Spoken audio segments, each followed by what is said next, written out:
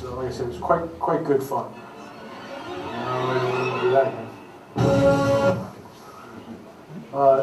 It really was a tremendous event. I think the folks that are here today that were there, I think hopefully can attest to that.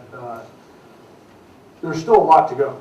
I think one of the key things that we realized about these vehicles, as good as they were, there were still some significant challenges in front of them. Probably the biggest one is dealing with pedestrians, dealing with small vehicles, bicycles, scooters, things like that. All the things that we worked very hard to take out of this environment. Early on, we looked at putting some of those in, and the publicity or the potential negative publicity of one of those accidents was sort of overwhelming.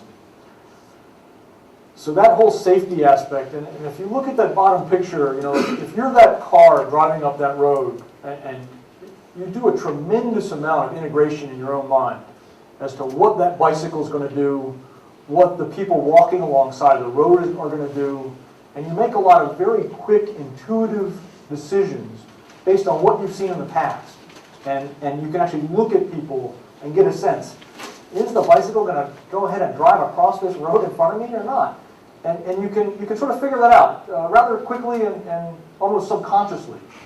Well, if you're talking about automatic vehicles, that's a huge gulf between where we are today and what it would take for a truly autonomous vehicle, even to drive down this simple suburban road. We've got to get the speed up in vehicles. I think the comments earlier by Nico on needing real-time communication is critical. There can't be these delays if you're going to drive at speed. It has to be at some relatively high rate between the vehicles themselves and between the vehicles and the infrastructure. As I mentioned earlier, I think you can't have a whole host of antennas and sensors and claptrap hanging all over this car. And people just aren't going to buy it. It's got to get integrated in. It's got to look like a car.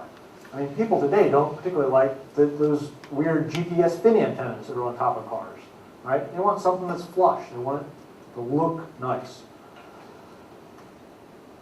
How does this apply? What did we do, and how does it relate to what GCDC is hoping to do? As I said before, it really is all about the sensors, communications, and the software. The hardware, the automating the throttle and the brake and the gears is not the hard part.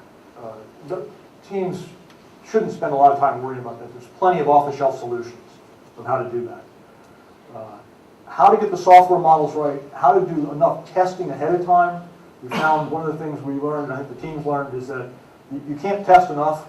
You can't have your systems up and running quick enough. And I think that this lead time that we've got now between today and 2011 is all good.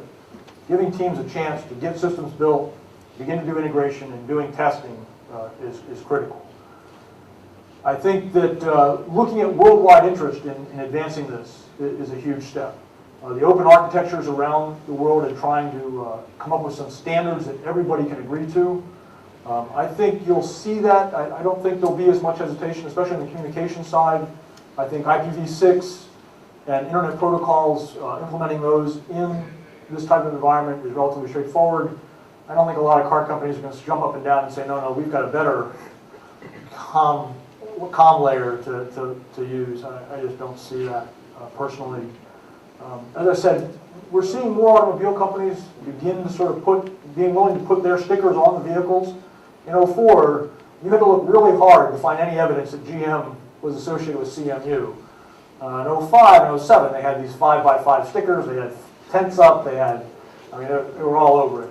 And their executives actually showed up to the event. Automobile companies want to be seen as being high tech. Right? You see in advertisements today, Ford has got Microsoft Sync. You see BMW talking about iDrive. Companies all over are pushing electric vehicles to the forefront.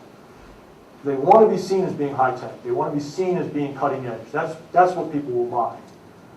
And I think we'll continue to see that.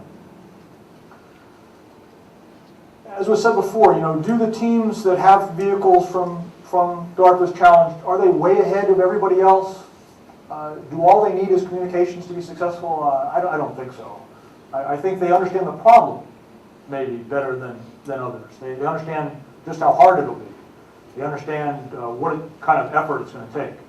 But I don't think that by any means they're so far out in front that nobody else stands a chance. I think that's unrealistic.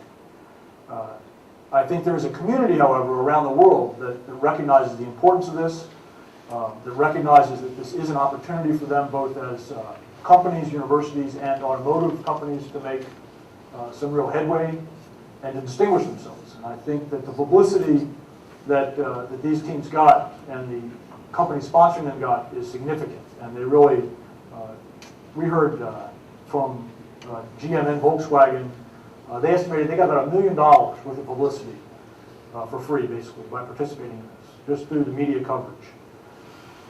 It is a major undertaking to stage an event like this. It's one of the things that I hope to work with TNO on. As I said, I spent a lot of time personally out in the desert the last 5 years. My skin is finally rehydrating. I'm glad to be here with some moisture in the air.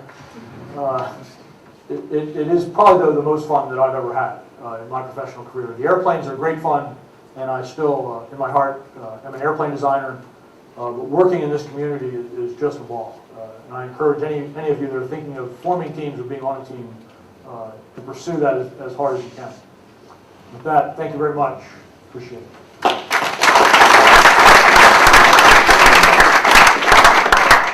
If there are any questions,